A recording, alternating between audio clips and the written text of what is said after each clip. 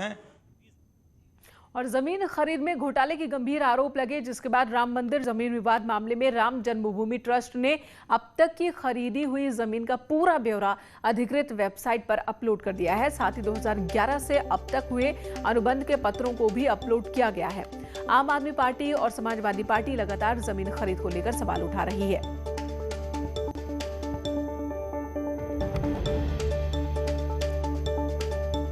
तो जमीन पर विवाद के बाद एक वेबसाइट पर यह अपलोड किया गया है। अब तक जितनी जमीन राम जन्मभूमि ट्रस्ट ने खरीदी है, उन सभी जमीनों की खरीद का पूरा ब्यौरा अपलोड किया गया है वेबसाइट पर। और विवाद हालांकि लगातार जारी है और सफाई भी राम जन्मभूमि ट्रस्ट की ओर से आ रही है और तर्क रखे जा रहे हैं कि किस तरीके से जमीन खरीद में कोई घोटाला, कोई गड़बड़ी नहीं हुई है, बल्कि जो नियम है उसके हिसाब से ही जमीन खरीद की गई है। साल 2011 से अब तक हुए अनुबंध के जितने भी अनुबंध हुए हैं, उन सभी पत्रों को भी वेबसाइट पर अपलोड किया गया है।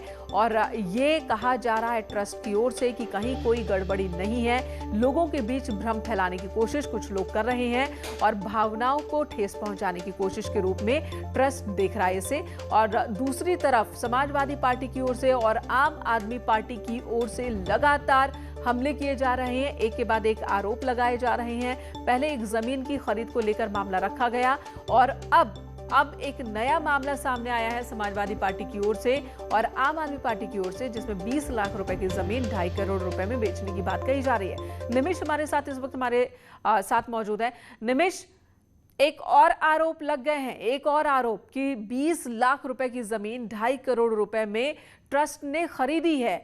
इसे लेकर भी जो पत्र हैं वो भी अपलोड किए गए हैं क्या?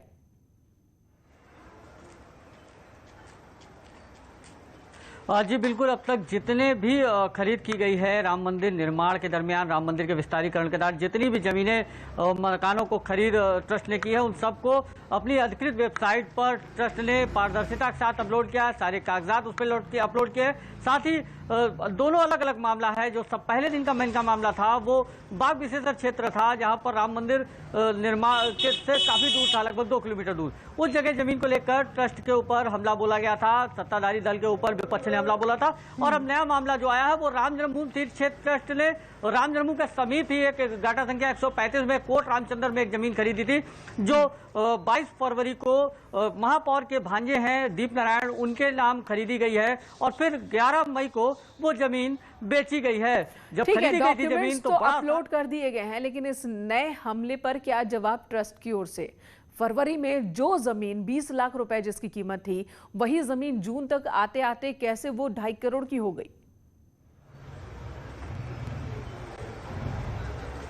इनका सवाल उठना लाजमी है, लेकिन श्री राम जन्मभूमि तीर्थ क्षेत्र ट्रस्ट लगातार इस बात को कहता रहा है कि जितनी भी खरीदें हुई हैं वो पारदर्शिता के साथ हुई हैं और सारे पैसे आरटीजीएस के तहत ही दिए गए हैं। उसके संबंधित सारे कागजात भी उन्होंने अपने साइट पर अपलोड किया और समय समय पर आरोप के बाद श्री राम जन्मभूमि तीर्थ क्षेत्र ट्रस्ट की तरफ से प्रेस विज्ञप्ति, प्रेस रिलीज जारी करके इस पर अपना पक्ष भी रखा गया है। हालांकि ये नया मामला है, कल ही इस पूरे प्रकरण को दोबारा से उठा है और इस प्रकरण पर अभी तक ट्रस्ट की तरफ से कोई अधिकृत बयान नहीं आया है। लेकिन जल्द ही ये भी माना जा रहा है कि ट्रस्ट के तरफ से कोई अधिकृत बयान आएगा और इस पक्ष पर भी अपना पक्ष रखेंगे। लेकिन फिलहाल कैमरे से जो यहाँ के ऋषिकेश उपाध्याय हैं महापौर, वो और ट्रस्ट और विश्व हिंदू परिषद के लोग दूरी बनाए हुए हैं। इस पूरे मामले पर लगातार विपक्ष घेर रहा है और ट्रस्ट समय समय पर अपने सफाई में प्रेस विज्ञप्ति जारी कर रहा है, वीडियो रिलीज जारी करके अपनी चंपत राय ने अपनी पक्ष बीते दिन रखा था। तो अभी भी ये उम्मीद की जा सकती है कि जल्द ही इस पूरे प्रकरण पर पक्ष की तरफ से चीजें साफ की जाएंगी। जी धन्यवाद निमेश आपका इस वक्त पूरी जानकारी देने के लिए। तो लगातार ट्रस्ट की ओर से यही कहा जा रहा है कि कहीं कोई गड़बड़ी नहीं हुई है और जितने भी अनुबंध हुए हैं उन सब के डॉक्यूमेंट्स अपलोड किया है आधिकारिक वेबसाइट पर ट्रस्ट ने। इधर अंबेडकर नगर से खबर, जहां पर बारिश में दीवार गिर गई है, छप्पर पर दीवार गिरने से हादसा हुआ है, 3 मासूम मलबे में दब गए।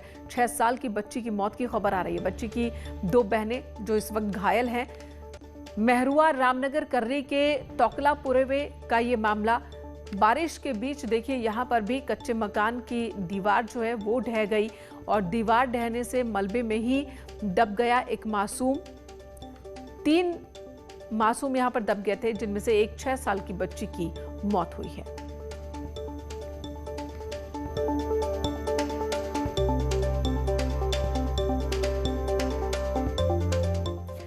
उधर लखनऊ में रेप के आरोपी को पुलिस ने गिरफ्तार किया है। पुलिस के हत्थे चढ़ा रेप का आरोपी बच्ची ने आरोपी को देखकर शोर मचाया, जिसके बाद ग्रामीणों ने आरोपी की पिटाई की। एक हफ्ते पहले बच्ची से रेप का आरोप, दोबारा गलत इरादे से गांव में घूम रहा था ये शख्स, गांव वालों का यही कहना है। और तभी बच्ची ने इसे देखा, जिसके बाद बच्ची ने शोर मचाना शुरू किया। गांव वाले सतर्क थे, गांव वालों ने इसे पकड़ा, इसकी पिटाई की, फिर पुलिस के हवाले कर दिया।